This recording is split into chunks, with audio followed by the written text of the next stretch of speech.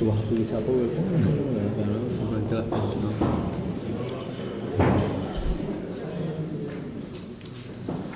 Bueno, vamos a dar comienzo a la segunda intervención de esta tarde y tenemos aquí al profesor Rebollo Puig, catedrático de Derecho Administrativo de la Universidad de Córdoba, y a mí me corresponde presentarlo y moderar en cierta medida el turno de palabras que se pueda suscitar a raíz de su intervención. Yo voy a ser muy breve por distintos motivos, ¿no? El primero es que presentar al profesor Rebollo Puig es muy difícil, ¿no? Porque todo lo que pueda decir yo aquí ahora va a parecer una exageración. Y en absoluto es una exageración, ¿no? Además, resulta que hablar del profesor Rebollo Puig es muy difícil porque implica que en relación con la labor que hemos desarrollado otras personas, pues nosotros nos sentimos muy pequeños en relación con el currículum vitae que presenta el profesor Rebollo. Este currículum vitae es un currículum vitae que está accesible por internet, ¿no? Por internet tenemos conferencias de él, tenemos su propia actividad investigadora, que es lo que nosotros normalmente los profesores universitarios nos fijamos más, ¿no? Pero como digo, es difícil por todo el conjunto, por todo lo que representa al profesor Rebollo Puig para los profesores de Derecho Administrativo que desarrollamos la actividad en las universidades españolas. El profesor Rebollo Puig, creo que, sin faltar a la verdad, constituye es una de las personas que actúan de referente en toda la relación de materias tratadas, abordadas desde la perspectiva del derecho administrativo. Esto no es una exageración. Si ustedes toman estas referencias que les he citado de los currículos vitae y las referencias que hay en determinadas páginas de internet en relación con la actividad que ha desplegado el profesor Rebollo, descubrirán que ha tocado gran parte de los temas nucleares del derecho administrativo. Esto, que a priori es, como digo, algo exagerado, en el fondo es real, porque ustedes toman temas que él ha tratado, partiendo desde su propia tesis doctoral y desembocando en todos los trabajos que ha ido tratando a lo largo de todos estos años, desde que leyó su tesis doctoral, pues el resultado final es el de una persona que ha trabajado a conciencia en los capítulos del derecho administrativo. Y digo a conciencia porque es real. Yo, como profesor, siempre encuentro trabajos nuevos de él en el que, bueno, encuentro a partir de una lectura, encuentro una inteligencia que que aborda cuestiones muchas veces complejas, que a nosotros realmente nos esclarece mucho lo que es esa actividad investigadora, ¿no? Y desde esa perspectiva, yo creo que el profesor Rebollo Puig es un referente para la actividad de análisis y de descubrimiento de temas y de esfuerzo en relación con esta actividad investigadora. Podría citar aquí muchos de esos trabajos que él ha elaborado y que ha presentado a la comunidad científica, pero tampoco quiero entrar en ello porque creo que sería un poco de labor profesoral, ¿no? Me quedo con lo que significa desde la perspectiva de esta labor profesional que desarrollamos en las universidades públicas, muchas veces una labor como callada, como en segundo plano, pero que para nosotros es muy importante. Yo creo que ahora mismo el profesor Rebollo Puig en la Universidad Pública Española es un referente en relación con los temas que ha trabajado. De hecho, yo, por ejemplo, tengo la suerte de que esos temas que él ha trabajado no he entrado nunca en esos temas, ¿no? Porque realmente para mí sería un problema, porque cuando el profesor Rebollo Puig coge un tema, lo aborda y lo agota. Es como una especie de caballo de Atila en positivo, porque realmente no deja sitio después para que nadie entre en ello, porque realmente son trabajos que están muy bien realizados, muy bien abordados y además, como he dicho antes, con agotamiento. Por internet tienen ustedes disponibles trabajos, incluso conferencias también que él ha expuesto, que son muy interesantes, ¿no? Y además en las que uno crece con esa lectura o incluso con esa ese oír de esa actividad que él ha desplegado, ¿no? Y esto lo digo con absoluta sinceridad, ¿no? Normalmente yo podría aquí incluso decir algo que no fuera verdad, pero no es así, ¿no? Yo creo que el profesor Rebollo Puig es uno de los emblemas del derecho administrativo español y además, como he dicho antes, les recomendaría vivamente que si tienen oportunidad leyeran trabajos suyos de los que están publicados e incluso alguna conferencia que está por ahí por internet disponible, ¿no? ¿Con esto qué quiero decirles? Pues quiero decirles que para mí no solamente un motivo de orgullo poder presentarlo, sino también una gran satisfacción y además, como he dicho antes, para mí siempre está el profesor Rebollo como un referente en las materias nuestras, ¿no? De hecho, yo me gustaría tener más tiempo para poder leer más a Rebollo, pues, ¿no? Porque creo que tiene una serie de trabajos que son dignos de lectura permanente, ¿no? No solamente los que hizo cuando era más joven, sino los que está haciendo y los que esperamos que están por hacer, ¿no? Porque, como he dicho antes, esto es una fuente de conocimiento y sobre todo de encuentro con el conocimiento que siempre se agradece, ¿no? He dejado en un segundo plano lo que es su tarea de transmisor de conocimiento. Aquí el profesor Rebollo Puig no tiene parangón en la doctrina española. Es una persona que transmite estupendamente, es una persona además que aporta un sentido del humor que yo no le he visto a nadie exponer de la manera que expone el profesor Rebollo. Y desde luego, si yo tengo el conocimiento que el profesor Rebollo Puig está exponiendo en algún sitio, inmediatamente corro a escucharlo porque la verdad que siempre es motivo de satisfacción.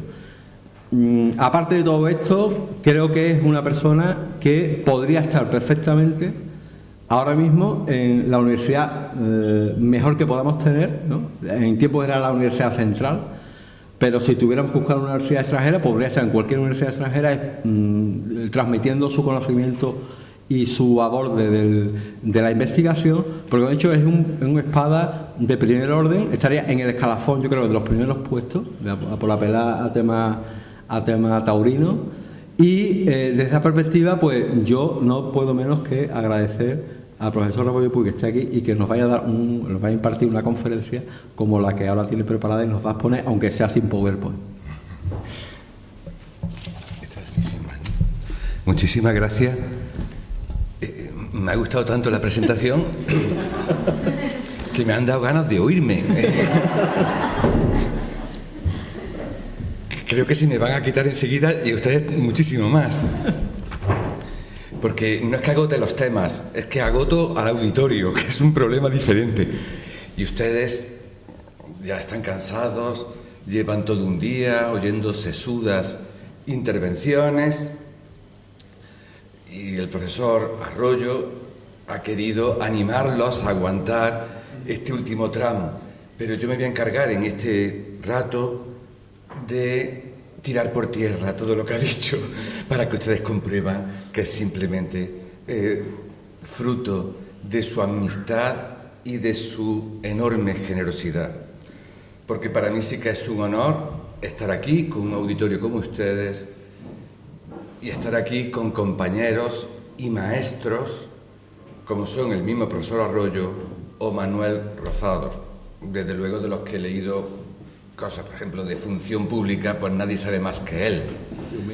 No es que sepa más que yo, que no sé nada, sino que es que nadie sabe más que él, dicho por los máximos especialistas. O el profesor Rozado, que ha escrito de publicidad, tema muy relacionado con consumo, y que sé que es una autoridad reconocida en todos sitios en esos temas.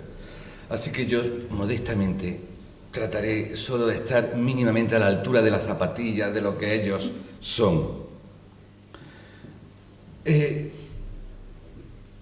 Tengo, para empezar, que darle una mala noticia y una buena. Empezaré por la mala, para quedarnos con la buena. La mala es que de lo que les voy a hablar tiene normas 100, no, 200, 300, no lo sé, no lo ha contado nadie. Muchísimas normas.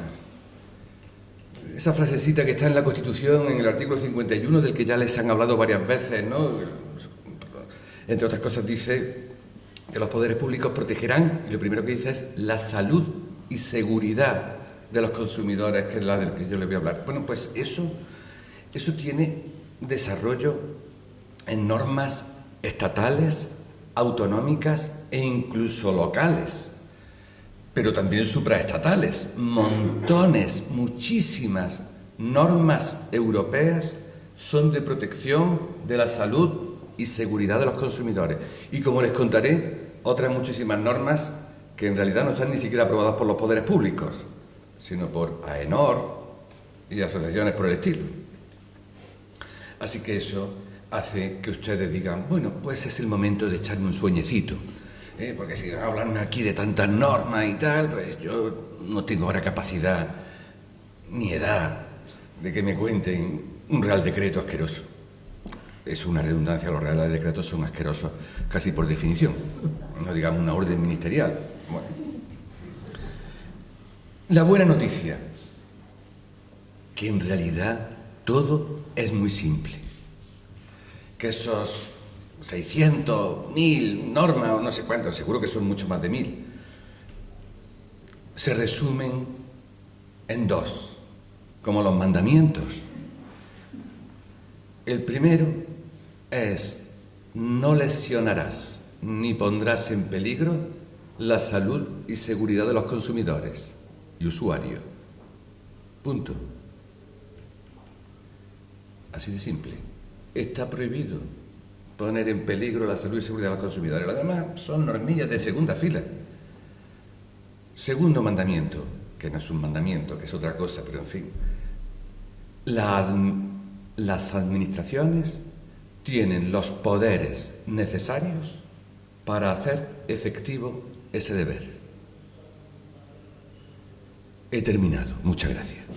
Pero tengo que rellenar la hora y tal, en realidad ya lo he dicho todo lo importante. Así que ahora vamos con lo secundario, pero ya lo saben todo. Está prohibido perjudicar o simplemente poner en peligro la salud y seguridad de los consumidores, y las administraciones tienen todos los poderes necesarios para hacer efectivo ese deber.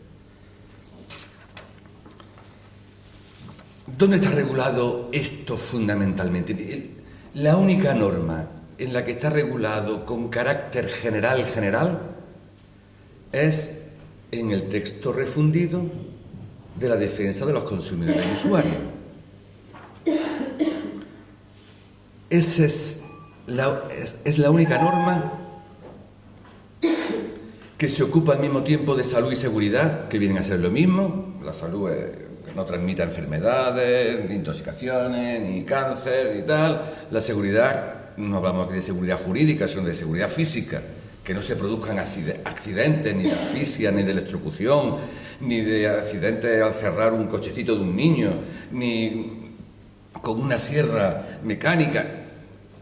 El único que se ocupa de salud y seguridad al mismo tiempo, y el único texto, la única norma legal que se ocupa de todos los bienes, servicios y productos al mismo tiempo. Luego sí, para alimentos han aprobado una ley, quizá innecesaria, de seguridad alimentaria específicamente. Para medicamentos, pues hay una ley que ahora ya no se llama de medicamentos, sino de uso racional de los medicamentos y de los productos sanitarios y tal. Si hablásemos de servicios, pues habría que distinguir los espectáculos, la regulación de espectáculos públicos, la de los establecimientos recreativos, la de una piscina pública y tal. Uy, está la ley de industria para los productos industriales. Vale. Pero donde está la única regulación que habla al mismo tiempo de salud y de seguridad y de todos los productos y servicios es el texto refundido de la defensa de los consumidores y usuarios. En concreto, en muy poquitos artículos, pero muy denso, les he pedido a los organizadores, en concreto al profesor Rozados, que les entregase esa parte del texto refundido, que son en realidad 5 artículos, incluso uno sobra, el 16 ya, ese ya es para nota. Muy pocos artículos. Y en ese mismo fascículo, en el que están esos 5 artículos de la ley, he incluido un Real Decreto. Perdonen ustedes, un Real Decreto, pero es un Real Decreto relativamente importante. En realidad ya no toca todo, solo habla de productos, no de servicios. Y además, en los artículos primeros empieza a decir, bueno, de productos salvo los alimentos, de productos salvo los medicamentos, de productos salvo los armamentos y tal. Bueno, ya no es tan general. Pero de todas formas es lo más general que hay, y además sus preceptos, aunque no sean aplicables a otros, contienen ideas que se pueden casi extrapolar a todos los ámbitos aproximadamente. Es un Real Decreto que está muy bien hecho, la verdad sea dicha, es muy sistemático, muy bueno, transpone una directiva de la Unión Europea. Aunque lo adapta bien, esa directiva va a ser sustituida, era una directiva corta y se entendía, eso no le ha parecido bien en la Unión Europea, y va a ser sustituida por estas otras normas que se están actualmente tramitando. Un asco, porque estas normas ni siquiera van a ser otra directiva, sino reglamentos comunitarios, por lo cual no se tendrán que transponer, sino que directamente serán aplicables en España. Pero no importa, porque todo lo que les voy a contar, tanto el texto refundido como el Real Decreto ese que se llama el 1801 del 2003, está a punto de cumplir 10 años, porque es de diciembre. En realidad lo que les voy a contar es, si me lo permiten decir así, derecho natural. Es que es por la naturaleza de las cosas. Las cosas son así o muy parecido a esto. No va a haber, aunque no lo hayan descubierto en la Unión Europea, que se empeñan en complicarlo y en hacer unas normas enrevesadas en las que empieza por definir qué es un producto, qué es seguro, qué es no sé cuánto, pero en el fondo todo es sencillísimo. ¿De acuerdo? Así que no se desmoralicen todavía.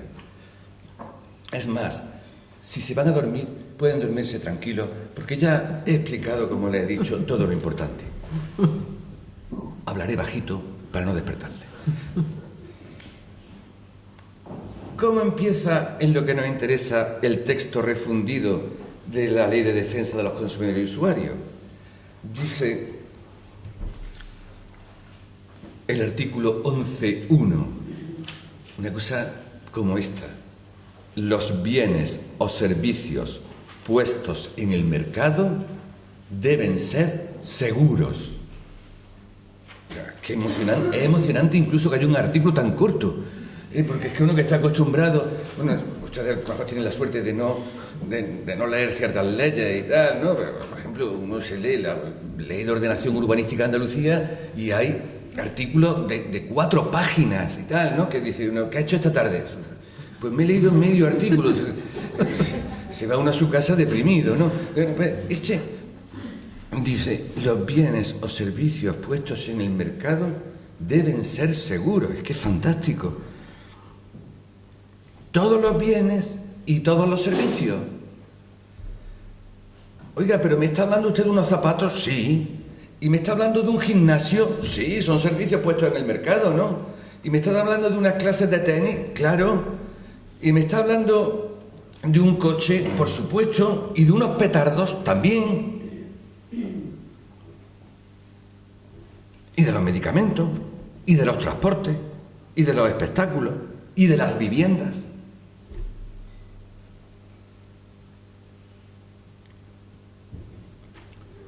Seguros. ¿Pero qué significa que un producto sea seguro? Ahí estaría la gracia. ¿Qué les parece a ustedes que un producto es seguro? O sea, que no produce ningún riesgo. El que cumple las normas. Pues si es una lata de anchoas, pues seguro si cumple los reglamentos de latas de anchoas. Pues no es eso lo que dice la ley. Ni la ley ni las normas europeas. Dicen otra cosa que les ruego que lean, el artículo 11.2, que da para una vida asquerosa, no lo niego, pero para una vida a fin de cuentas, ¿no?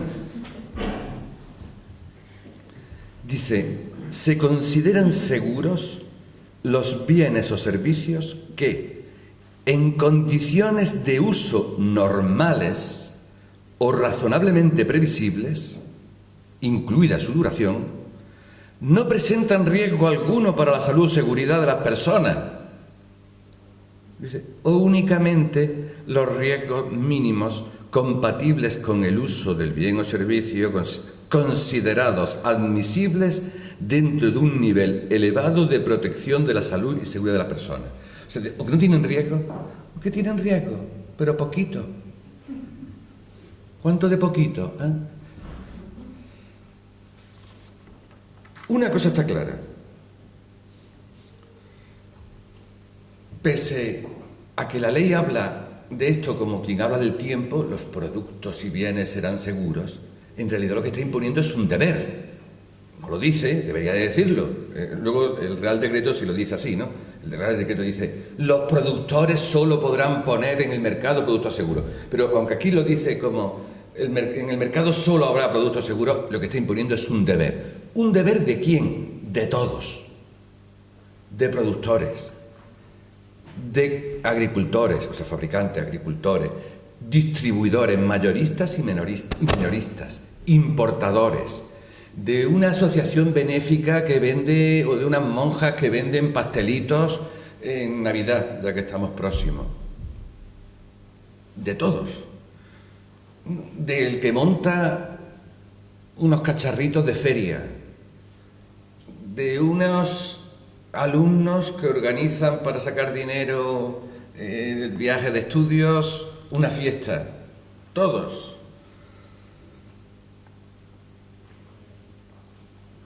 Y el deber existe sin necesidad, han visto que la norma no dice nada de los reglamentos y tal, sin necesidad de que haya ningún reglamento, ninguna ley, ni que la administración diga nada. El deber se tiene ya de antemano, no se pueden poner en el mercado nada más que productos seguros.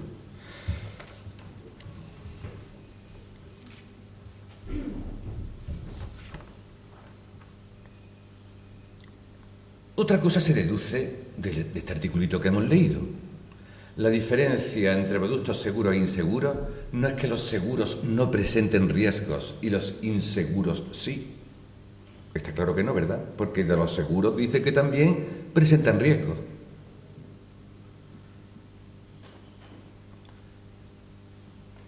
Ahora lo veremos. Pero por si quedase alguna duda, sigan leyendo ahora en el artículo 12, apartado 1. Dice, los empresarios pondrán en conocimiento previo del consumidor y usuario por medios apropiados los riesgos susceptibles de provenir de una utilización previsible de los bienes y servicios, habida cuenta de su naturaleza y tal. Dice, pero hombre, o sea que riesgos se admiten, porque lo que le está diciendo es, empresarios, poner en conocimiento de los consumidores los riesgos que no sean claramente perceptibles. Y el 12.2, por si quedase dudas, se refiere a los productos químicos y todos los artículos que en su composición lleven sustancias clasificadas como peligrosas deberán ir envasados. Anda, me está hablando de productos que llevan sustancias peligrosas. Pues lo peligroso es aparentemente lo más contrario a seguro, ¿no? ¿Qué sería lo contrario de seguro? Lo peligroso, ¿no? Bueno, pues está diciendo, como no puede ser de otra forma, que hay productos peligrosos y con sustancias peligrosas. Como suele decirse, y lo dice así la Unión Europea, el riesgo cero no existe. O es inalcanzable, o alcanzarlo sería costosísimo y desproporcionado, indeseable. La vida a riesgo. Si no hubiese productos y servicios con riesgo, nos moriríamos de aburrimiento y de otras cosas. Porque hay una relación beneficio-riesgo. Oye, ¿este medicamento no tiene riesgo? Dice, sí, tiene riesgo. De hecho, me he leído el prospecto, los efectos secundarios, y he estado a punto de morirme del susto, ¿no? No sé, yo nunca me los leo, desde luego, salvo que ya esté muriendo y digo, a ver si era el medicamento, pero no sé si han leído ustedes alguna vez los efectos secundarios de un medicamento, y es que, vamos, es una cosa que no se toma uno nada, ¿no? Luego, riesgos tiene, pero se ha considerado que tiene más beneficios que riesgos. Otras veces es costosísimo eliminar los riesgos. Bueno, vamos a hacer una lavadora que no tenga riesgos ninguno. Dice, ¿cuánto cuesta la lavadora esa? Dice, bueno, te sale por 1 millón de euros, algo de eso, si hemos puesto unos cables, uno no sé qué, dura. Los productos con riesgos son necesarios. ¿No tiene riesgo una sierra eléctrica? Pues claro que tiene riesgo. Y el aguarrás, y la lejía, y tal. Se consideran muchas veces exigencias del progreso, y otras, sin exigencia del progreso, se considera que son exigencias de la vida, de las tradiciones. Aquí, afortunadamente, yo he ido una vez fui a las fallas de Alicante, bueno, si aquello no es riesgo, empiezan a tirarte unos petardos al suelo que se te suben allí, te queman, no sé cuánto y tal, pero lo ven encantador, y los fuegos artificiales y otras muchas cosas tienen riesgo, y se aceptan. ¿Y un acuapar no tiene riesgo? ¿Lo cerramos todos los acuapar? Tienen su riesgo, ¿verdad? Ah, entonces ya está. Dice el artículo, riesgos mínimos. Bueno, ahí se le calentó la boca al legislador. ¿Riesgos mínimos o no tan mínimos? La ley primitiva, antes del texto refundido, decía otra cosa, que se admiten los riesgos...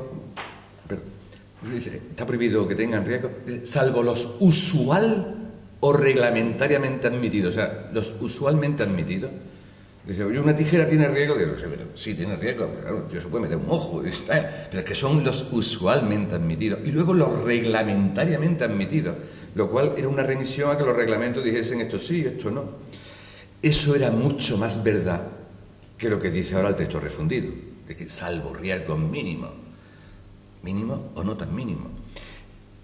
Están permitidos unos servicios a los consumidores que se llaman deportes de riesgo, ¿verdad? Pues eso no diga que tiene riesgos mínimos, tiene unos riesgos tremendos.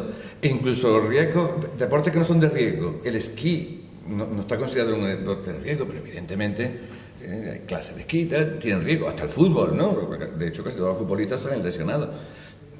Y entonces, que es que... O le decía hace un momento, productos químicos, cierto electrodoméstico, o es una sierra y tal, no son mínimos, son grandes. Así que la cosa es distinta, es que hay riesgos aceptados. Lo que no se sabe es cuáles son los aceptados. Bueno. Además, noten que el artículo dice una cosa así como quien no quiere la cosa. Bueno, que lo que no se pueden es tener riesgos en el uso normal o razonablemente previsible. O sea que en condiciones de uso anormales y no razonablemente previsibles se admiten los riesgos. Claro, es difícil saber cuál es el uso normal y anormal. El normal es, bueno, eso es más o menos fácil, ¿no? El normal es el para el que está previsto el producto. El anormal es otro, pero todo es relativo, ¿verdad?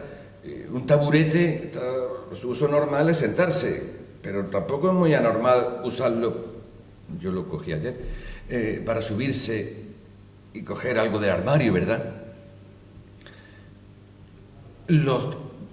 La cerámica de decoración, pues su uso normal es la decoración. Y el anormal es dedicarlo a la cocina. Pero es razonablemente previsible que la gente utilice ciertas cosas también para servir comida. Y ese riesgo ya no sería admisible. Porque aunque es anormal, es razonablemente previsible.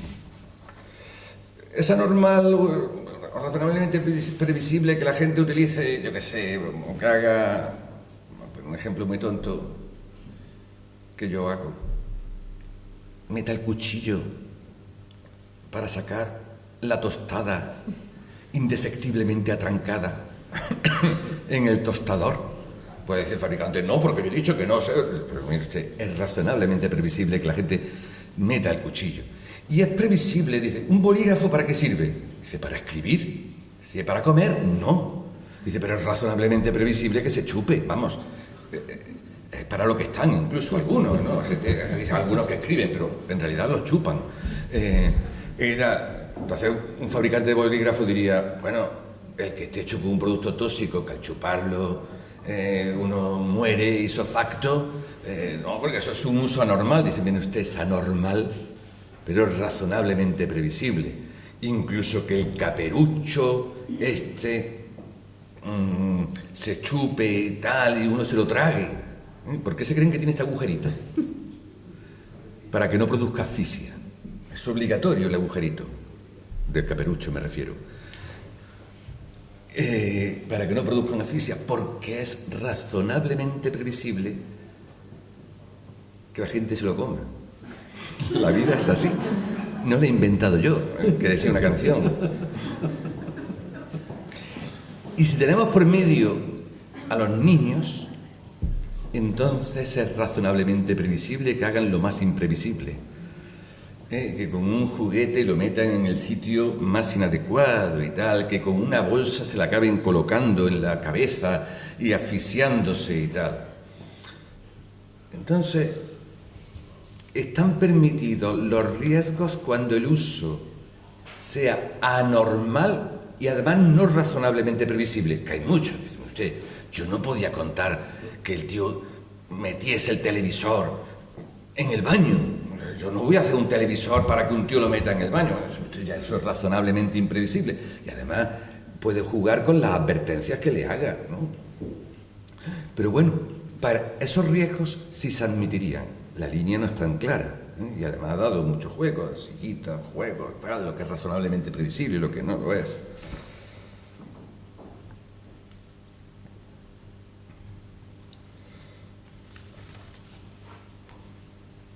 Ahí queda el mandato, que no tengan riesgos, salvo los mínimos, o que sean en usos anormales y además razonablemente imprevisibles. Pero esto es poco en la vida, ¿no? Según dice el productor. ¿Y yo por dónde voy? He hecho una muñeca vestida de azul, con su camisita y su canesú. Yo no sé, porque he puesto una piececita, una manita y tal. Por ejemplo, la muñeca se hace caquita, que es una cosa que estaba de moda hace poco. No sé qué encanto tiene, pero era una muñeca que hacía caquita, ¿verdad? Yo lo lamento, pero es que lo decía así el anuncio. Y tal. Dice, bueno, la caquita es un poco peligrosa y tal. Además, los niños se la pueden tragar y tal. ¿Estoy cumpliendo el deber o no? Dice, bueno, yo he metido un alimento, una grasa y tal. Tiene un aditivo, además, que, en fin, no lo sé muy bien. ¿Estoy cumpliendo el deber o no? Es todo un poco inseguro. De hecho, hay muchos problemas, como veremos luego. Entonces, a veces se concreta mucho más. Lo concreta mucho más, por ejemplo, ese Real Decreto que les he dado. Es decir, bueno, voy a decir algo más, porque es que esto es un poco vago. Por lo pronto, una cosa que aclara ese decreto en el artículo 2A, infine, es una cosa evidente, que el hecho, dice algo así como que la posibilidad de alcanzar niveles superiores de seguridad o de que existan productos más seguros no significa que el producto sea inseguro. ¿Vale? Dice usted, mire, usted ha hecho un coche, dice, pues hay otros coches más seguros. Dice, bueno, sí, hay otros coches más seguros, pero eso no quiere decir, claro, y valen el triple. Dice, pero eso no quiere decir que mi producto sea inseguro. Bueno, ha hecho usted un calentador de biberones, que da mucho peligro, que podría haberlos más seguros. Así que el suyo es inseguro. Hombre, no. O otro tema que también se ha producido mucho, no sé por qué, en fin, bueno, con los chinos hay un montón de cosas de estas, ¿no? La resistencia, lo que se calienta, que son los mecheros, ¿no? Mecheros, los hay más seguros menos seguros, pero el que los haya más seguros no convierte en inseguros a todos los demás, ¿no? Bueno, esa es la primera advertencia, ¿no? La segunda, dice el artículo este 2A también, que para valorar un producto no hay que tener en cuenta solo el mismo producto, sino también otras cosas. Es muy razonable. Dice, hay que tener en cuenta su envase, su presentación, su publicidad, el etiquetado, las instrucciones de montaje y uso, mantenimiento, los destinatarios, que sean niños o no, y los efectos sobre otros productos. Por ejemplo, yo no sé nada de eso, pero creo que mezclando la lejía, si la mezclas con aguarrá o no sé qué, como tal, pues creo que te intoxicas, salen ahí unos gases y te mueres allí en el acto. Dice, bueno, aisladamente no es peligroso, pero en combinación o usándolo con otra cosa sí. Y además, puede que el producto en sí no sea peligroso, pero por la publicidad te induzcan a unos usos que lo hagan peligroso. O sea, que no solamente hay que tener en cuenta el producto, sino todo el contexto. Tercero, el más lógico, tercera idea, la más lógica, que está en el artículo 3.1 del Real Decreto. Dice, se considera, en principio, que un producto es seguro cuando cumple las normas de obligado cumplimiento que fijan los requisitos de seguridad. Dice, bueno, pues ya está, alegría. Dice el fabricante de anchoas, si yo cumplo la norma de anchoa, concretamente la reglamentación técnico-sanitaria de anchoa, si además mi lata cumple los requisitos sobre lata de no sé cuánto, mi producto es seguro, ¿vale? Ya veremos que casi es verdad, ¿bien? Y a la inversa sí que es verdad, si no cumple las normas sanitarias y de seguridad, presumimos que es inseguro. Desde luego también, artículo 3.5 del decreto, se presume que es inseguro si tenía que tener una autorización administrativa y no la tiene. Si la fábrica tenía que tener una autorización administrativa y no la tiene. Ya no entro en más, por ahora presumo que es inseguro. Presumo que es inseguro, esto parece obvio, pero se discutía, ya lo dice precisamente. Saben que los productos tienen que tener un lote, ¿no? Lote tal, ¿no? Dice, bueno, pues si he descubierto que en ese lote hay un producto inseguro, porque lo he analizado, ya presumo que todo el lote es inseguro. No voy a ir producto por producto del lote, sino si uno es inseguro, si uno está mal, es peligroso, presumo que todos son inseguros. Cuando no tengan el marcado CE, ¿saben ese marcado? Que yo, la verdad, me parece absurdo, pero en fin, porque es que el mismo productor pone el marcado CE, que significa cumplo las normas de la Unión Europea. Pero vamos, el chino también le pone CE, ya puesto a copiarlo, aunque no sepan ni lo que significa, dice, sí, ponle la cosa esta aquí así, ¿no? Pero en fin, ya si no lo ponen, es que aquello ya huele a mondas, ¿no? Este ni siquiera ha puesto el letrero, ¿no? O sea, que ya imagínense, el que lo pone es posible que no cumpla nada, el que no lo pone ya debe ser tremendo, ¿no? Hay montones de cosas, sin embargo, que no tienen normas. Yo pensaba, no, está todo regulado, porque he visto el BOE y está regulado eso, hasta las anchoas, las alcachofas en vinagre, la paleta curada, la no curada. No, pues hay montones de cosas que no están reguladas, afortunadamente, porque ya si no, el BOE tendría que ser ya, vamos, una cosa ciclópea. Está regulado un bolígrafo, están regulados los cochecitos de niños para llevar una cuna, ¿está regulado? No. Entonces, cuando no está regulado, ¿de qué se sirve uno? Entonces dice el Real Decreto este. Y después se sirve uno de las normas que no son obligatorias. ¿Cuáles son esas normas? Las normas técnicas. ¿Saben? Las UNE. ¿Les suenan a las normas UNE? Que en alemán son más conocidas, las normas UNE son una norma española. Desgraciadamente son más conocidas las alemanas, las DIN, ¿no? Que es Deutschland, no sé qué, norma. Por ejemplo, utilizamos eso del folio DIN A4, ¿no? Pero están las normas UNE, las españolas, las normas europeas, son las normas EN, y las normas internacionales, que también les sumarán ustedes, la ISO, ¿no? Este coche, van a venderle un coche, cumple las ISO 8.324. ¡Oh! No sé yo lo que es, pero el vendedor lo dice con verdadero entusiasmo, ¿no? Que cumple la norma ISO esa, ¿no? ¿Esas normas son obligatorias? No. No las hace el Estado, ni la Unión Europea. Las hace una asociación privada, en España AENOR, en Europa el equivalente, y la ISO, no sé quién la hace.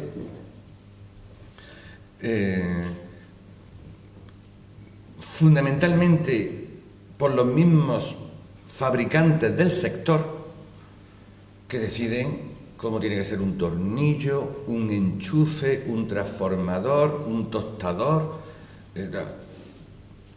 No son obligatorias, ¿vale? Alegría. Si quiere, no las cumpla. Pero si las cumple, yo, poder público, ya presumo que aquello es seguro y saludable. Presumo, por ahora. Lo cual anima a los fabricantes a cumplirlas. Dice, si no las cumple, no lo presumo. Va a tener que demostrarme a mi administración, con pelos y señales, que aquello es seguro. A lo mejor lo es, pero ya no tengo una presunción tan clara. Dice, si tampoco tiene normas UNE ni tal, no sé cuánto, bueno, les puedo decir varias cosas, como los códigos de buenas prácticas, que son también normas voluntarias de las asociaciones de empresarios y tal. Dice, los conocimientos de la ciencia y de la técnica. Ahí queda eso.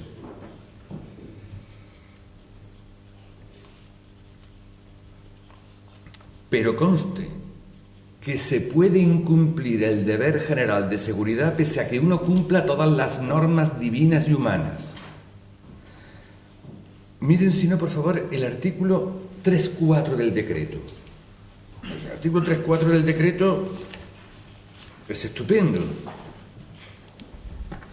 Dice, la conformidad de un producto con las disposiciones normativas que le sean aplicables o con alguno de los elementos recogidos en el apartado anterior, la norma UNE o lo que sea, habiendo incluso en su caso superado los correspondientes controles administrativos obligatorios, no impedirá a los órganos administrativos competentes adoptar alguna de las medidas, si pese a todo resultara inseguro, ni eximirá a los productores y distribuidores del cumplimiento de sus deberes. O sea que, si lo cumplo todo menos el deber de no poner en el mercado productos seguros. Porque mire usted, que es que hemos descubierto que este producto, realmente, los niños, de esta sillita de niños, se caen y han tenido accidentes. Yo lo cumplía todo menos lo importante, que era que fuese seguro. Es que cumplo las normas de obligado cumplimiento, dice, por ejemplo, estoy tocando aquí un tema un poco escabroso, dice el fabricante de aceite de orujo. Yo cumplo todas las normas. Dice, bueno, pues todas las normas, pero es que hemos visto, supónganse que los hechos eran de otra forma y tal, ¿no? Que hemos visto que esto es altísimamente cancerígeno. Así que usted cumplirá todas las normas, menos el mandamiento principal. Y por tanto, vamos a tomar medidas. Claro, a los que están pegados a las normillas de quinta división, esto les causa malestar, se quedan estupefactos, pero la vida es así. Por eso es lo que hay que saber, es que lo importante es el deber general. Lo otro son concreciones que valen lo que valen. Así que, volviendo a lo que a mí me importa, que es el deber general, vale para los casos en que no hay normas. Dice usted que es que no hay norma ninguna y por tanto yo he fabricado una pantalla de lámpara de esta forma. Bueno, no está regulado los botijos. No sé si están regulados los botijos. No importa. Hemos visto que el componente que usted utiliza en los botijos pues produce intoxicaciones, así que se siente. Vale, incluso aunque hay normas, en cuanto se descubren riesgos que no se conocían antes. O bien por los avances de la ciencia, o bien porque la experiencia de pronto empieza a demostrar que la gente tiene accidentes con eso. Que aquel tostador aparentemente bien hecho resulta que está produciendo incendios o electrocuciones o lo que sea. Y por otro lado, el deber general también importa para una cosa, para decir que las normas no son libres de admitir cualquier riesgo o de prohibir cualquier cosa. Yo he hecho un reglamento sobre electrodomésticos y he admitido que a los 6 meses, no, que a los 5 años se tengan unos cables tales que a los 5 años aquello pueda salir ardiendo. Bueno, los reglamentos, usted tiene cierta libertad para aprobar reglamentos, pero no puede aprobar un reglamento que admita unos cables en una lavadora que a los 5 años provoque electrocuciones o incendios. Eso no. El reglamento tiene un margen, pero eso no sería el riesgo mínimo del que se hablaba, sino una cosa desorbitada. En el fondo, luego volveremos sobre esto, lo que hay que cumplir es el principio muy fatal, el principio de proporcionalidad. El principio de proporcionalidad. Prohibir lo que se puede prohibir porque causa muchos riesgos, pero sin suponer cargas tan gravosas que haga imposible producir o que lo haga carísimo. Les he contado este deber general, que es el importante, a que no les he descubierto nada, a que todo lo sabían ustedes, porque esto es de derecho natural. Pues ahora vamos a ver la otra cara del deber, otro deber, que también es de derecho natural. Las leyes lo dicen, tal, la Unión Europea se molesta en poner una coma allí, otra allá, pero es evidente. Si por la causa que sea alguien ha puesto en el mercado un producto inseguro o insalubre, el deber es corregirlo de inmediato, retirarlo del mercado y retirarlo incluso de los consumidores. A que tampoco les descubro nada. Y, hombre, si es que esto es el no matarás. Si es que él no matarás. Dice, tengo el deber de no poner coches en el mercado que uno muera. Por cierto, no sé si se acuerdan que había un coche, yo no sé lo que le pasaba, que tenía un problema. El de la viuda. Bueno, el de la viuda ese era tremendo, eso era el Dauphin, eso es de nuestra época.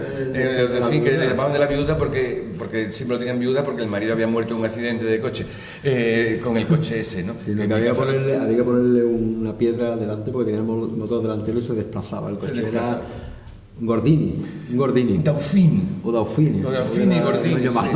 Esa era la viuda, que partían de que el que conducía era el varón, era otra época. Pero más recientemente había un coche que se han dado como 4 o 5 casos en el mundo. Yo no voy a decir la marca, vaya que me equivoque, pero por lo visto, al echarle gasolina, el sistema eléctrico, no sé qué cosa, ¡pum!, se provocaba un incendio de vez en cuando, ¿no? Tenía su emoción, era bonito, ¿no? Quien le gustan los deportes de riesgo, pues el coche tiene su encanto, ¿verdad? Una monotonía, allí nunca te pasa nada en el coche, eso va a la gasolinera y vive una tensión y una emoción. Bien.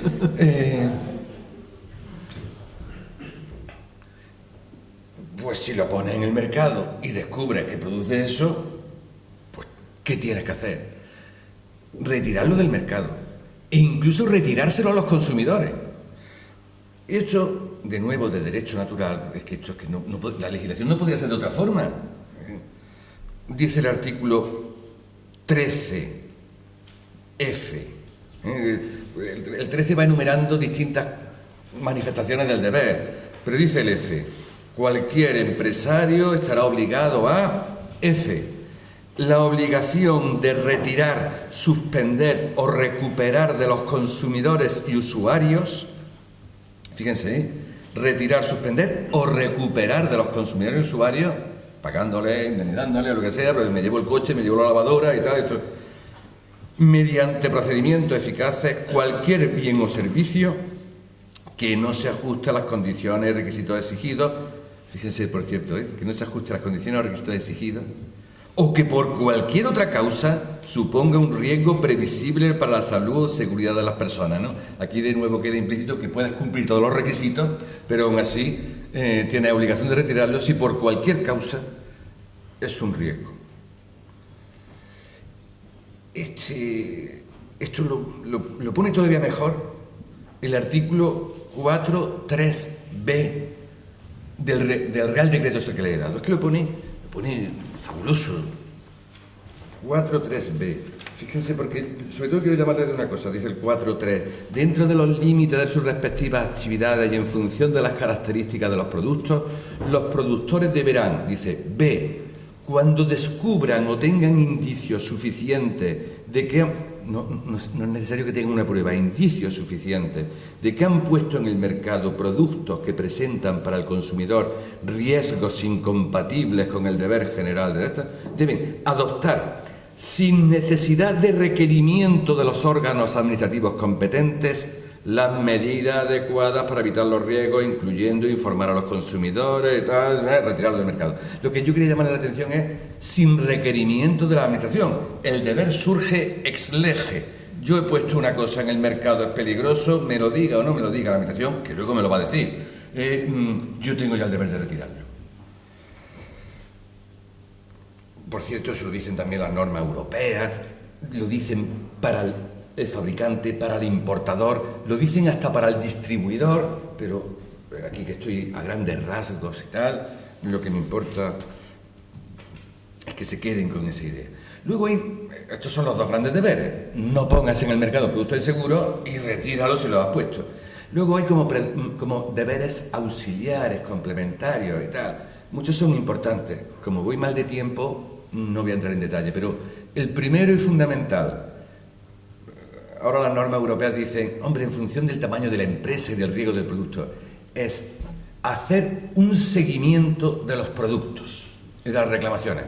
Claro, eso es difícil para una pequeña empresa, pero si eres fabricante de automóvil, tienes que tener, se le señala la obligación de ir sabiendo qué está pasando con eso que has dejado en el mercado. Que es que ya he tenido 3 reclamaciones de que el sillón de atrás, los niños no se pueden sujetar, no sé cuánto. Tengo que tener un deber de diligencia complementario. Otro deber complementario, que no importa, el que los productos tengan el nombre del fabricante, el lote y tal, para que se pueda hacer un seguimiento, pero no entro en todos esos deberes que en el fondo son complementarios de los fundamentales. Si en este otro, si además descubro que hay un producto peligroso mío, yo fabricante, debo de poner el peligro en conocimiento de los consumidores, lo cual lo hacen algunas veces, pero se resisten, y de la propia administración, porque claro, los productos pueden estar por muchos sitios.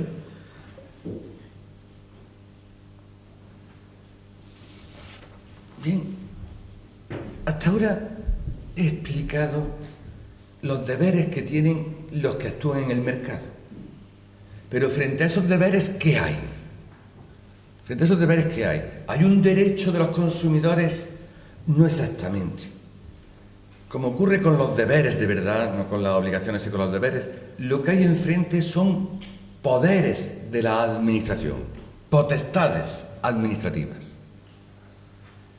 Y más bien lo que pueden hacer los consumidores es decirle a la administración, haz algo.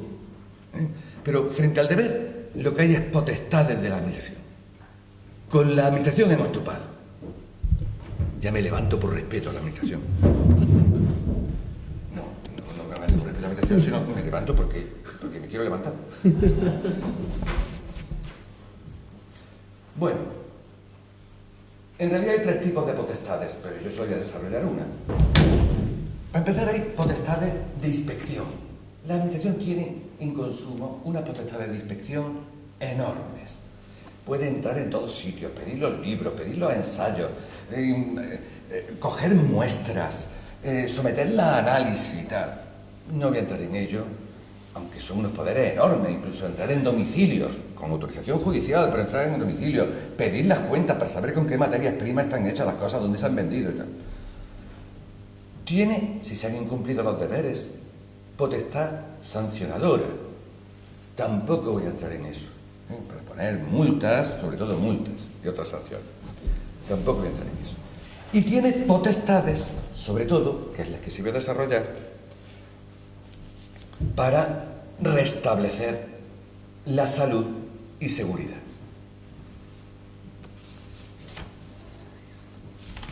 ¿Qué potestades?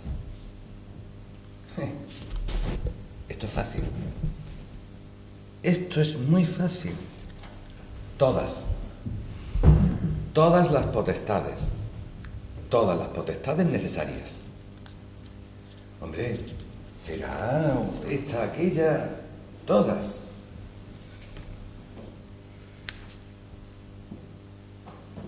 No me lo invento, que podría inventármelo, porque si me lo inventase sería conforme al derecho natural.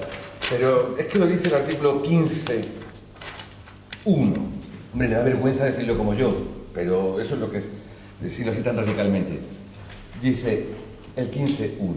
Ante situaciones de riesgo para la salud y seguridad de los consumidores y usuarios, las administraciones públicas competentes podrán adoptar las medidas que resulten necesarias y proporcionadas para la desaparición del riesgo. No dice esta, aquella o lo demás allá. A lo sumo dice, incluida la intervención directa sobre las cosas y la compulsión directa sobre las personas, o sea, el uso de la fuerza si es necesario. Para cerrar un sitio peligroso, para retirar del mercado los productos. Más no podría haber. Salvo, no sé, no, iba a decir salvo pegar con la porra, pero es que pegar con la porra también, porque está aquí, si es necesario, en la compulsión sobre las personas.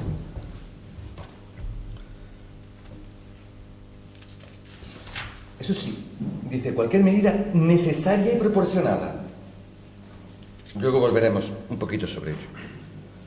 Naturalmente, esto incluye prohibir que se siga vendiendo, prohibir que se siga fabricando, ordenar que se retire del mercado lo que ya está, que se recupere de los consumidores o todo lo que tenía que hacer el empresario. Si no lo ha hecho, la administración se lo impone y se lo impone sin problemas. Y además, ejecutarlo, la administración, conseguir que se ejecute materialmente, no dar la orden y quedarse ahí.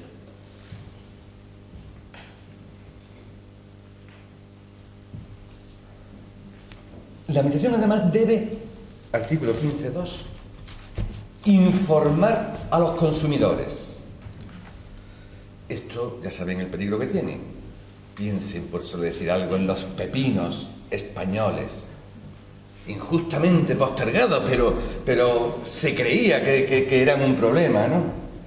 Dice el 15.2, las administraciones públicas, atendiendo a la naturaleza y gravedad de los riesgos de este estado, podrán informar a los consumidores y usuarios afectados por los medios más apropiados. Se informa. En realidad no es podrán. Si es necesario, deberán. Si está el peligro. Está el peligro y la forma de evitarlo es que los consumidores sepan que no utilicen tal producto que tienen en su casa, que no consuman tal producto que tienen en su casa. No es podrán, en realidad es deberán. A partir de qué momento, de unos indicios cualquiera, bueno, ahora veremos, más o menos, dentro de lo vago que esto. Y otra cosa que tiene que hacer la administración, informar a otras autoridades. Para eso está la red de alerta. Yo no sé si ustedes trabajan en consumo, o sea, la red RAPEX y tal. Incluso se comunica a toda Europa, si es necesario, si se sospecha que el producto está en todos sitios, ¿no? Y tiene una obsesión en Europa con la red esta. Tal. Ahora mismo, además, está muy mal, para mi gusto, porque hay una red para productos, una red para alimentos, otra red no sé cuánto. Lo lógico que se unificase, creo yo, ¿no? Pero los profesionales y tal, los alimentos los tienen los sanitarios, los otros, tal. Yo creo que se podría unificar en una sola red de alertas, ¿no? No importa, no entramos en esos detalles, pero comunicarlo a todos sitios, a toda España. Si Andalucía detecta algo, tiene que comunicarlo al Instituto Nacional de Consumo, que lo comunica a todas las comunidades autónomas. Una aclaración importante. Nada de esto es una sanción. Nada de esto es una sanción. Hombre, me están castigando, retirando del mercado un producto. Yo no soy culpable. ¿Y qué? No han seguido el procedimiento sancionador. ¿Y qué? Yo cumplí una norma. ¿Y qué? Me importa un bledo. Miren, del decreto ese que les he dado, no lo puede decir mejor. artículo 8.4. Después de decir todo lo que se puede hacer, dice: las medidas a que se refiere este capítulo no tienen carácter sancionador y su adopción no prejuzga la responsabilidad penal o administrativa de los sujetos a los que afecte. Todo ello sin perjuicio, ya no entro. No tienen carácter sancionador. Así que no se exige culpabilidad, como no son sanciones. Dice, pero hombre, ¿yo qué sabía y tal? No, si yo es que no estoy sancionando. Yo le digo que vamos a destruir ahora mismo todos estos cochecitos, todos estos juegos que usted ha hecho. Dice usted que es que pierdo 2 millones de euros. Ah, se siente, pero esto no es una sanción. No exige tipicidad las infracciones, tipicidad de infracciones y tipicidad de las sanciones. Como esto no es una sanción, no. Por eso es cada vez que haya riesgos, lo cual no es típico. ¿Y qué medida? Las que procedan, lo cual no es típico. Pero como esto no es una sanción, no hay problema. No hay que tramitar un procedimiento sancionador. No rige la presunción de inocencia. Hombre, presuma usted que soy inocente. No sé, yo presumo lo que usted quiera. Si es que yo no tengo nada personal contra usted, es que vamos a retirar esto del mercado porque yo no le estoy sancionando. Y desde luego, no hay problema. ¿Le suena eso del non bis in idem? No se puede sancionar 2 veces lo mismo, pero como esto no es una sanción, en su caso podremos acordar esto y además sancionarlo. Sin problemas, ninguno. Lo único importante es que sean necesarias y proporcionadas. El Real Decreto de productos, que le he dado, pues ya el hombre hace precisiones mayores. Todas, vamos, no sirven de gran cosa, ¿no? Pero se los digo así. Hay una cosita, un artículo que a mí me gusta, que dice: antes de dar órdenes, puedo darle advertencias y requerimientos. La advierte, porque dar una orden exige de todas formas un procedimiento, no el sancionador, pero un procedimiento. Pero entonces, allí se incluyó una cosa de, bueno, yo no le estoy dando ninguna orden, le advierto por ahora que está usted incumpliendo la legalidad y le requiero para que usted voluntariamente se adecue a la legalidad. Como eso no es todavía un acto administrativo o ejecutivo, no hace falta procedimiento, por tanto se le puede poner en una carta cualquiera o en un acta de inspección. Yo llego allí a un bar y digo: estos tienen aquí la carne y tal, o mantequilla de estas esos que la ponen en lo alto de la mesa, donde están las tosas y tal, no sé cuánto. No le estoy dando una orden, ¿no? Que es para lo cual necesitaría un procedimiento, pero es que usted le advierto que esto incumple la legalidad. Y, bueno, pues la aceitera, bueno, la aceitera es ahora. La aceitera ahora tienen el problema de que, ahora cuando venga esto, que en realidad el problema ahí no era tanto sanitario como o de seguridad, como de fraude a los consumidores. Lo único que, si es que lo había, claro, pero por cierto, las normas europeas a efectos de alimentos tratan a lo inseguro, insalubre, incluyen también un concepto de no apto, y no apto puede ser un engaño, y entonces casi aplican las mismas medidas para, por ejemplo, los fraudes en el aceite, aunque no esté en peligro la salud. Por ejemplo, se vende como aceite de oliva, lo que realmente, o como aceite de oliva virgen extra o lo que sea, lo que realmente es aceite de oliva malo, y tal. Eso no afecta a la salud ni a la seguridad, y sin embargo algunas veces esos problemas se asimilan y le dan el mismo tratamiento, pero en realidad sería otra cosa. Y luego el Real Decreto va diciendo: si por ahora solo tengo indicios de que es seguro, la medida es que transitoriamente lo prohíbo. Si ya tengo certeza y no está en el mercado, prohíbo que vaya al mercado. Si ya está en el mercado, retirar del mercado. Si está en manos de los consumidores, retirarlo de los consumidores. Como ven, el decreto no hace nada más que aplicar el sentido común a las distintas situaciones. Se puede mirar allí con más detalle o menos y siempre en el fondo dice una cosa,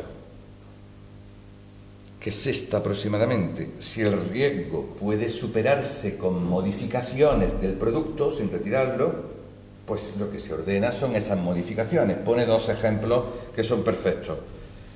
El riesgo puede superarse con advertencias. Usted está vendiendo un producto que mezclado con este otro es peligroso. Pues en vez de prohibirlo, le obligo a que ponga un letrero allí de este producto no se puede mezclar con no sé qué. O vendió usted un juguete peligroso para niños mayores de 5 años. No se lo prohíbo, pero a partir de ahora pone que es para niños mayores de 65 años, por ejemplo. No se lo prohíbo, tomó la medida menos gravosa, pero... Y luego, otra alternativa que da es limitar el uso del bien. Yo no lo destruyo, no lo prohíbo, pero esto, a partir de ahora, solo se puede utilizar para piensos. Entonces sería un alimento para personas, pues lo siento, para piensos, y se acabó lo que se da. Bien. Ya tengo que ir terminando, ¿no? Tranquilo. Voy terminando porque les dije que todo era muy sencillo y como ven es muy sencillo, solamente estoy rellenando por hacer para que me paguen. Tal. Bien. No, pero te debes a tu público. ya creo que estoy para matar. Vamos, esto en un par de horas lo termino, no se preocupen.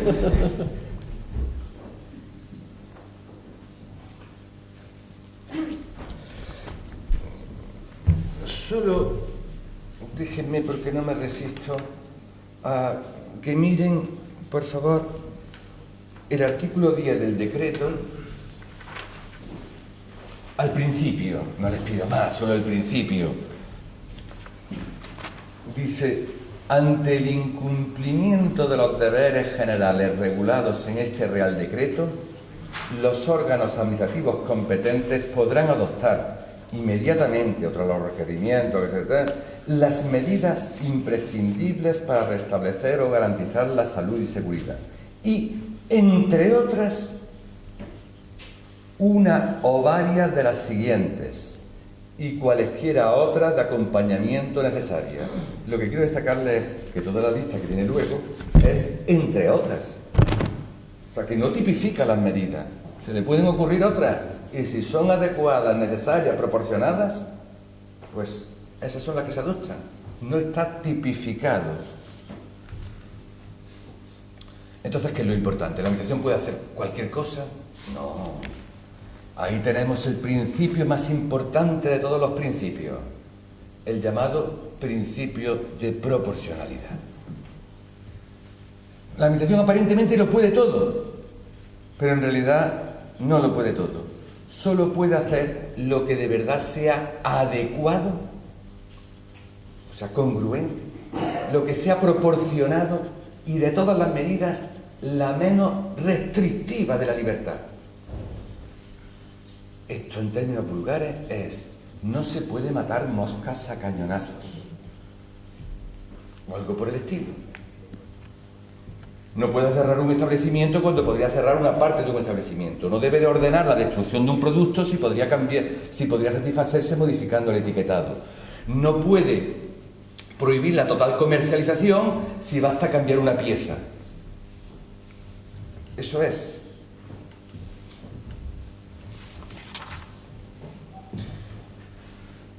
Ahora comprenderán que esto de la proporcionalidad, ni ustedes ni yo sabemos la mayoría de las cosas.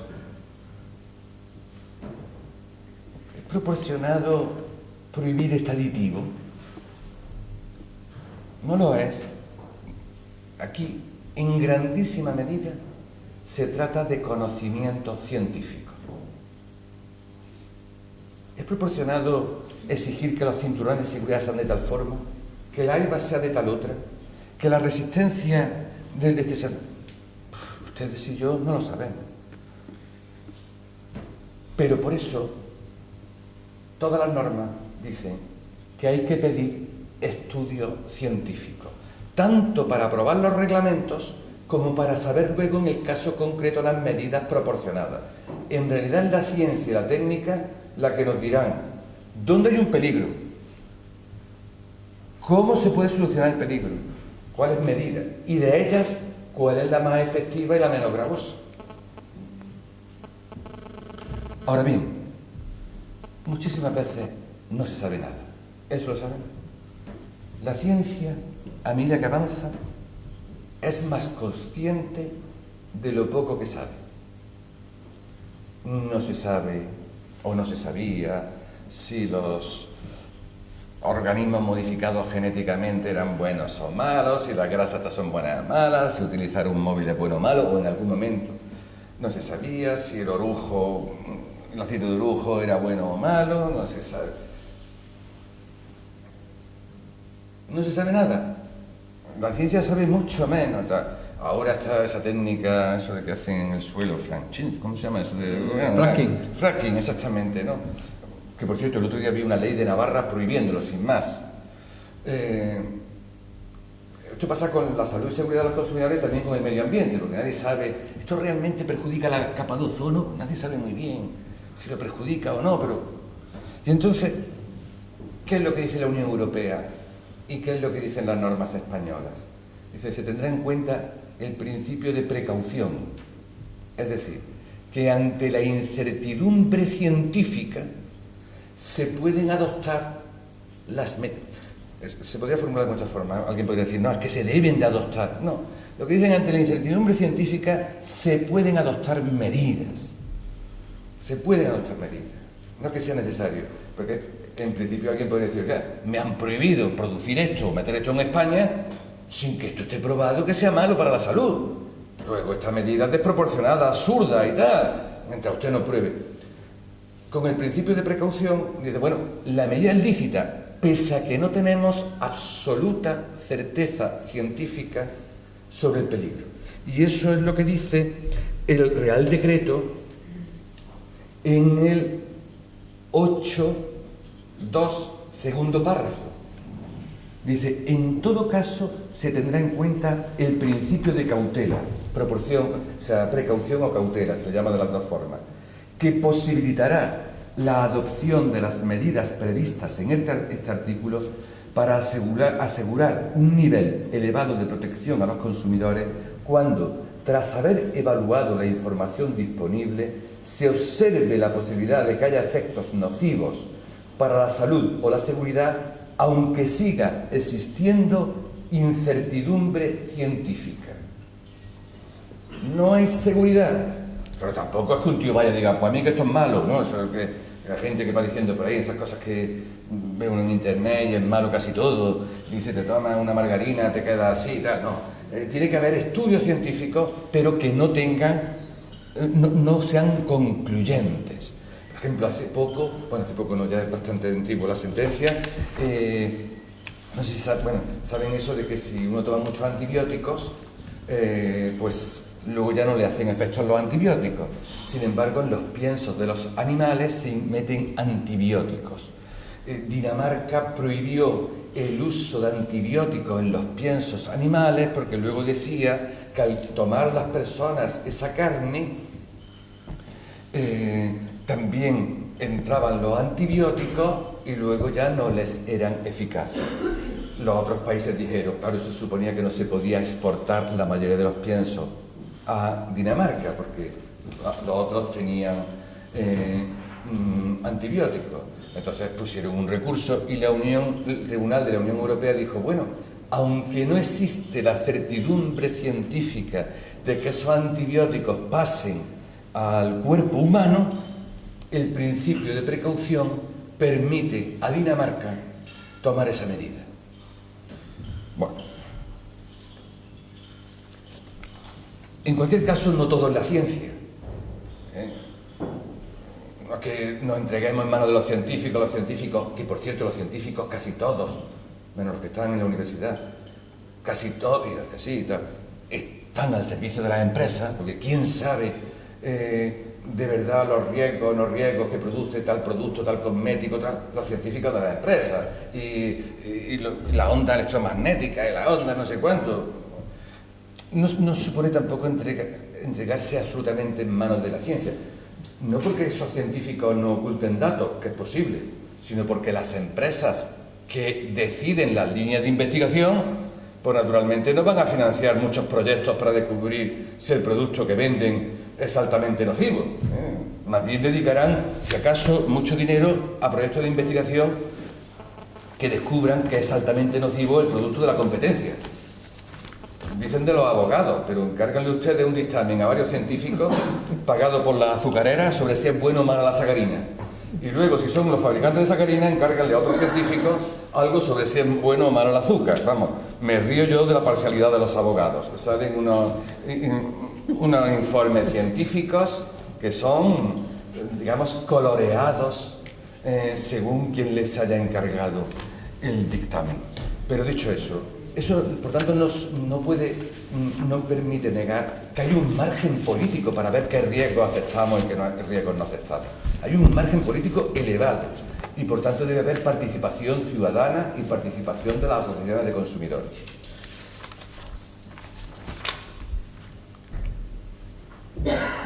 Dirán ustedes, esto no sirve de nada, porque claro, para dar una orden de esta hay que seguir un procedimiento, el retiro del mercado, pero claro, habrá que dar un procedimiento.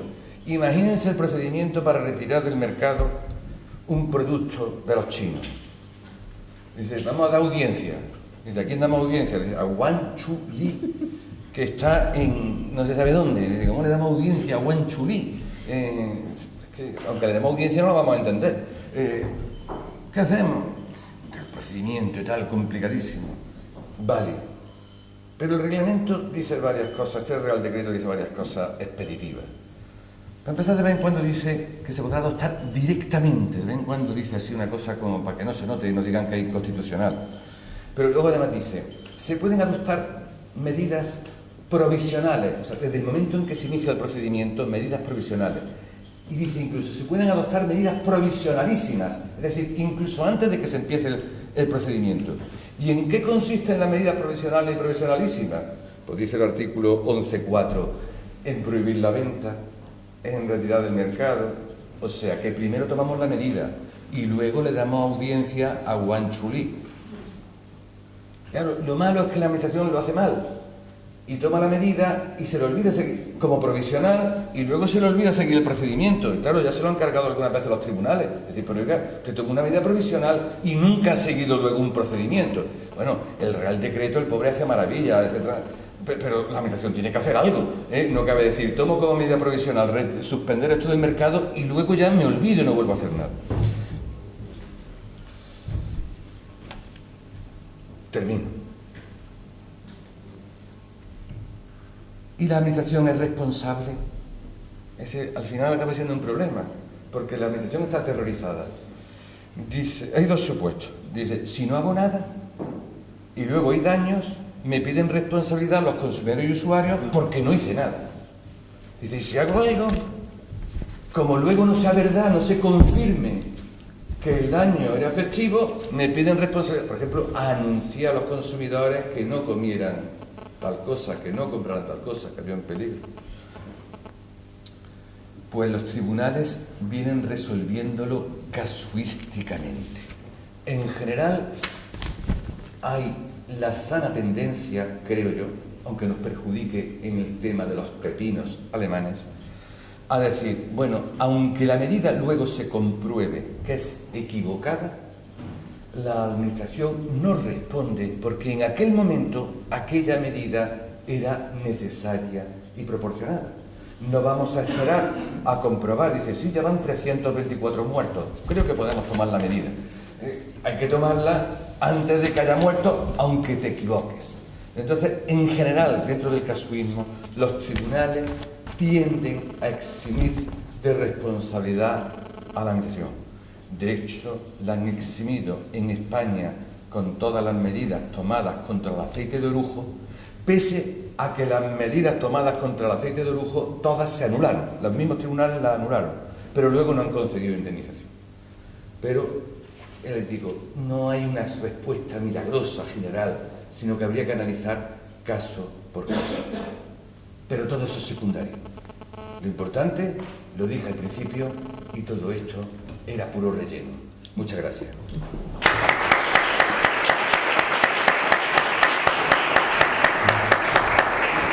Muy largo, ¿no? Bueno, vamos a aprovechar que tenemos aquí al profesor Rebolledo por un rato más.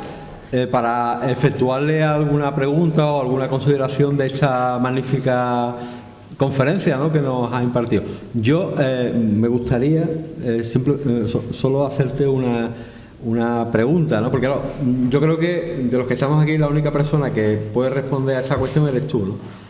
Y es preguntarte por las perspectivas que se abre ahora, o sea, desde lo que tú conoces, el conocimiento profundo que tú tienes de esto, de este decreto y del texto refundido y demás,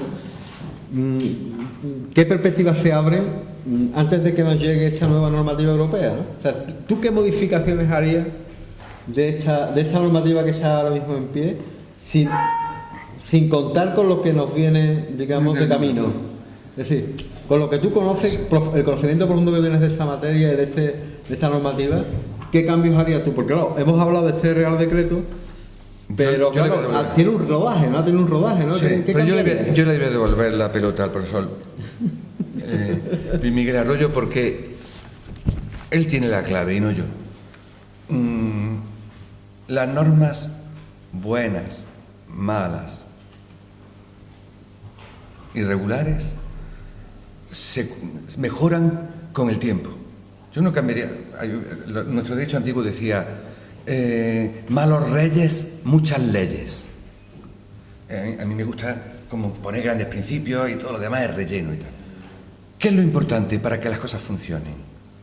Una buena función pública. Es decir, unos buenos órganos administrativos aplicando esto, sabiéndoselo, unos buenos inspectores de consumo y tal. Como en tantas cosas, yo que no sé casi nada de función pública como él, acabo pensando, para que las cosas funcionen de verdad bien, no hace falta tanto cambiar leyes. Yo no cambiaría leyes de consumo, yo formaría muy bien a los funcionarios de consumo, porque, no sé, esa es la sensación que yo tengo. No nos hacen falta tantas leyes como funcionarios bien formados, que lo hay, funcionarios entusiastas, autoridades administrativas que no corten las perspectivas de los funcionarios, que no guarden los expedientes en la mesa y tal. Eso, en mi modestísima opinión, sería suficiente. Al final, el factor humano es el determinante. Así que él, que es el gran especialista, que consigue. Pero aquí no sé cómo funciona. Me acuerdo que fui al País Vasco a dar una conferencia y tal, y todos los que estaban en consumo dijeron, me decían: yo estoy en consumo aquí de pasada, a ver si consigo otra consejería, porque yo esto no entiendo nada. Y tal. Estamos de media en consumo 1 año y medio. Claro, lo suficiente para no enterarse y pasar a otra cosa. Así no funcionará bien esta rama. El Instituto Nacional de Consumo es un modelo de buen funcionamiento, pero hace falta que funcione bien a todos los niveles. Sobre todo porque hay muchos niveles administrativos implicados. Okay. Pero yo no te lo decía en ese sentido, esto es así, ¿no? Sino en el sentido de si tú detectabas que hubiera algún aspecto de las cuestiones que nos has referido que hubiera entrado en obsolescencia o tú detectaras que hubiera alguna posibilidad, algún punto de mejora posible, ¿no? Cosas menores. Yo siempre soy, últimamente, por ejemplo, creo que sería mucho más importante que en AENOR y los equivalentes de verdad participaran asociaciones de consumidores. Por ejemplo, ¿no? Porque claro, hacerse la regla ellos mismos. Formalmente hay una asociación de consumidores, pero ni toca bola. Lo decía el ponente anterior. Imagínense una asociación de consumidores frente a los fabricantes de transformadores de no sé qué. Pues los fabricantes de transformadores no sé qué son los que hacen la norma sobre transformadores y son los que saben y tal. Y eso habría que compensarlo con la administración pringándose más. Bueno, pues esa mayor participación en organismos como AENOR, porque cada vez se tiende más a eso, cada vez hay menos normas de las del Estado regulando cómo son los productos y cada vez más, es decir, lo que digan las normas ISO en UNE y tal. Bueno, al final el peligro de esas normas es que son normas predominantemente hechas por el sector empresarial y eso a la larga es un poquito peligroso. Engarce democrático y todo esto, ¿no? Exacto, ¿no? Pero por lo demás, aquí me parece a mí que están todas las piezas necesarias para que el sistema funcione. Luego la Unión Europea lo complica todo mucho, no indefectiblemente, porque dice, bueno, Si toman una decisión en la República Checa, hay que transmitirla a Irlanda, entonces Irlanda no sé qué, y se arma todo un barullo, pero los grandes principios, un barullo complicado, imagínense un mismo producto, la República Checa lo prohíbe y en España decidimos no prohibirlo. Dice, bueno, el fabricante, ¿pero es seguro o es inseguro? Vamos a ver, si es seguro, la República Checa tiene que serlo seguro, tiene que serlo aquí. O la República Checa dice, no, es que yo tengo un nivel de seguridad superior. Todo eso lo complica todo extraordinariamente. En España es complicado por las comunidades autónomas. Quien tienen que ejecutar esto para productos, para servicios muchas veces es un ayuntamiento que cierra un gimnasio, una discoteca, pero para productos, que es lo más complicado, es las comunidades autónomas. Entonces, Andalucía dice, he descubierto un patinete, un juguete de patinete, no sé qué, peligroso y tal y cual. Lo inmovilizo, lo no sé cuánto y tal. Lo comunica a la otra. ¿Las otras adoptarán esas medidas? No. Bueno, más bien son los problemas de un sistema tan complejo como el que tenemos, de un Estado autonómico metido en la Unión Europea y tal. Pero en esencia yo creo que los pilares fundamentales están bien construidos. Bueno, yo he preguntado porque tenía que preguntar, de verdad que me correspondió un poco este papel, ¿no? Pero si hay quien quiere plantear alguna cuestión, pues... Les aseguro que y además que es un lujo tener aquí al profesor Rebollo y le podéis preguntar lo que queráis. Pero pueden decir un lujo, digo... que estoy cansado del lujo. Bueno, pero... ya no quiero más. Sí. Hola, buenas tardes y muchas gracias por su intervención. Yo tengo dos preguntas, en realidad es una curiosidad mía. La primera es, ¿qué pasa cuando es el Estado el que mantiene en el mercado un producto un producto o un bien que ya la Comunidad Europea ha declarado que es insalubre y pues por motivos políticos o económicos el Estado, puede ser por ejemplo el Estado español, se lo calla y mantiene el producto en el mercado durante un tiempo? Esa es una pregunta. ¿Cómo debemos actuar los ciudadanos? Y la segunda pregunta es, ¿qué pasa cuando es el Estado el que se retrasa deliberadamente en la transposición de una directiva que afecta a la sanidad y al consumo? Casi nada, ¿eh? Casi nada. Bueno, yo creo que el primer supuesto y el segundo, salvo que yo me equivoque, acaban identificándose. Porque si la Unión Europea ya ha decidido que tal producto es insalubre, es porque hay una norma o una decisión sobre ese producto. En los dos casos, nuestra solución son varias. Una, la más elemental, y que por cierto quiero que la conozcan y que se conozca más. Uno se mete en las páginas de la Unión Europea, europa.ue, y entre otras cosas aparece un formulario, por decirlo así, para denunciar a los estados por incumplimiento del derecho de la Unión Europea. Y luego no le da a uno un interés legítimo ni un derecho a que la Unión Europea haga algo, pero sí que lo puede hacer y empieza un procedimiento contra España por no cumplir el derecho de la Unión Europea, que en su caso in extremis, acaba con sanciones al Estado incumplidor. Puede ser España o puede ser al revés, Francia, ¿no? Que nos moleste, decir, que no nos deja exportar un producto por insalubre cuando nuestro producto es salubre porque cumple la norma europea. Pero luego tenemos otros muchos medios. Ese reglamento español que no cumple la directiva europea, que ha armonizado, o un reglamento europeo, que ha armonizado cómo tienen que ser las mantequillas, los aceites, el chocolate o lo que sea, ese reglamento español es ilegal. Es que eso se puede interponer por quien tenga legitimación, que puede ser una asociación de consumidores, puede interponer un contencioso administrativo y debe de ganarlo. Todo complicado, pero todo complicado. Solo quiero decirles, aunque no está relacionado directamente con esto, que todos estos procedimientos, dice el decreto, porque no hay más remedio, que se inician de oficio, pero al menos añade como consecuencia de las denuncias o reclamaciones que presenten los consumidores.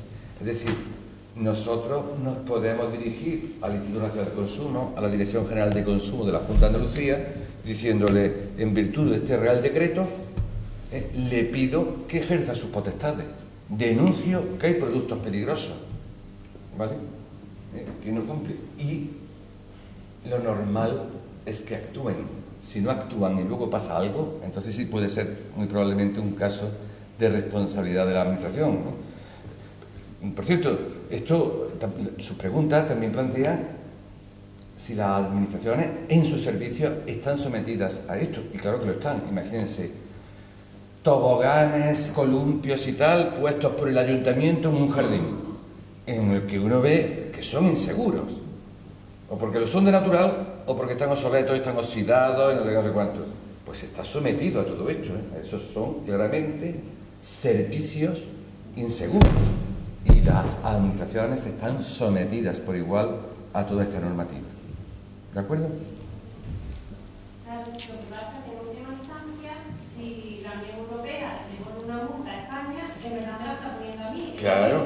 Además se sentirá usted como una traidora, he denunciado a mi país. Yo denuncio que estoy afectada porque estoy teniendo, o sea, se está consumiendo un producto en un país que está declarado lógicamente peligroso y encima yo voy a pagar la multa.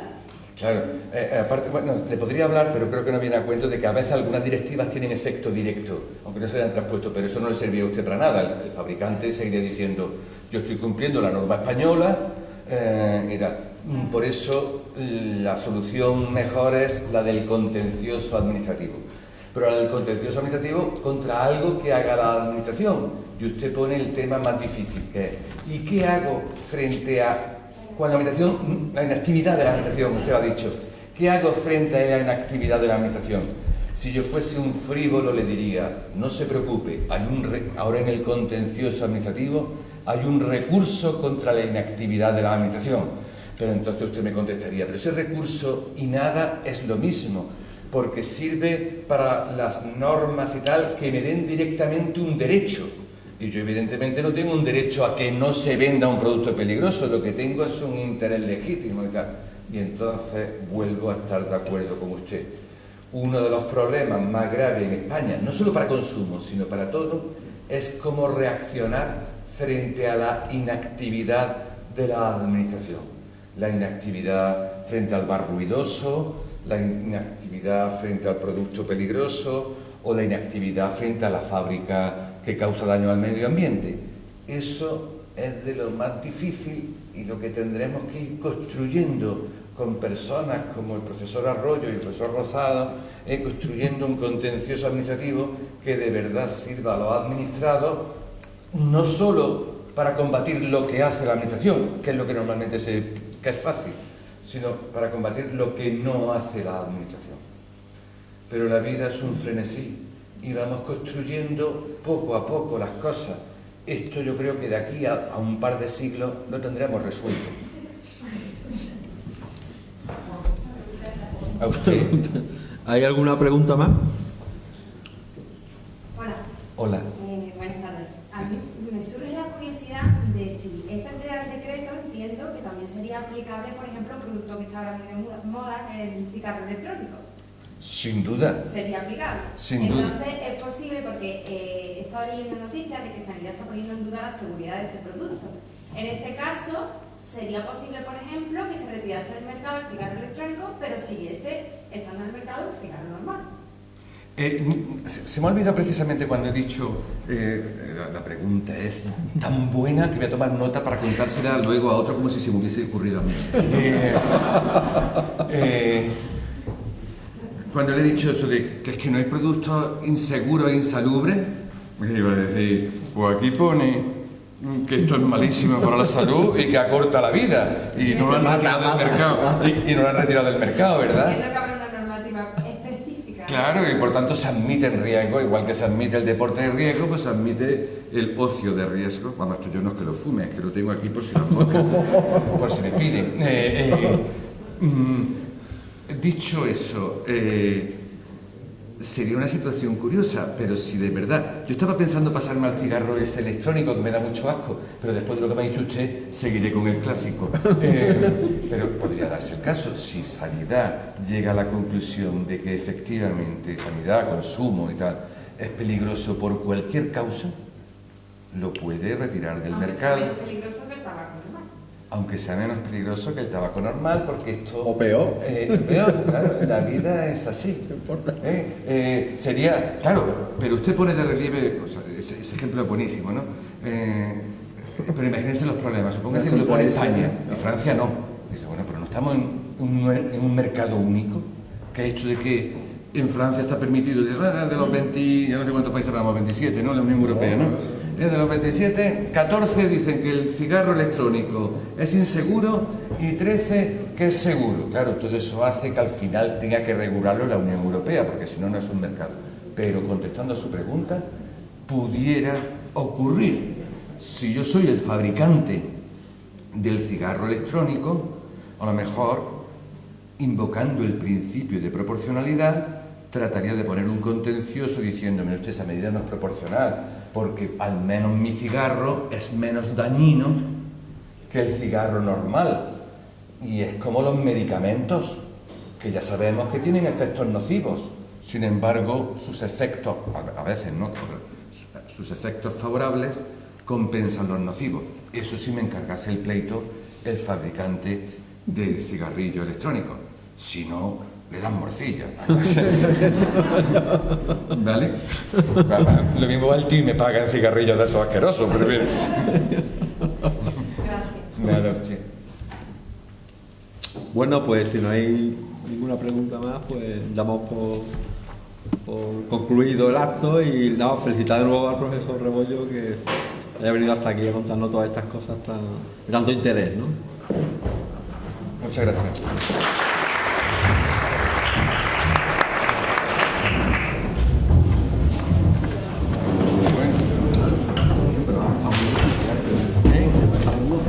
Aquí estamos de nada, ¿verdad?